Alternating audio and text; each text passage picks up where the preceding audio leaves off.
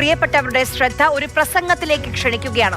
ഒരുപക്ഷെ കേരളം ഈ അടുത്ത കാലത്ത് കണ്ട ഏറ്റവും ശക്തമായ രാഷ്ട്രീയ ഭാഷ. സ്നേഹം നിറഞ്ഞവരെ, ബിജെപിയും നമുക്കറിയാം, സംഘപരിവാറിന് എനിക്കറിയാം, ബജ്രംഗദൾ നമുക്കറിയാം. അതുകൊണ്ട് അവരെന്ത് കാണിക്കുമെന്ന് ഞാനിനി പറയാൻ ആഗ്രഹിക്കുന്നില്ല. അവർ ഫോളോ ചെയ്തത് മനുസ്മൃതിയാണ്, അല്ലെങ്കിൽ വിചാരധാരയാണ്. വിചാരധാരയിൽ ഒന്നാമത്തെ ശത്രു ആരാണ്? അത് മുസ്ലിമാണ്. രണ്ടാമത്തെ ഞങ്ങളുടെ വർഗ ശത്രു അത് ക്രിസ്ത്യൻസ് ആണ്. മൂന്നാമത്തേത് മിഷണറിമാരാണ്. നാലാമത്തേത് കമ്മ്യൂണിസ്റ്റുകളാണ്.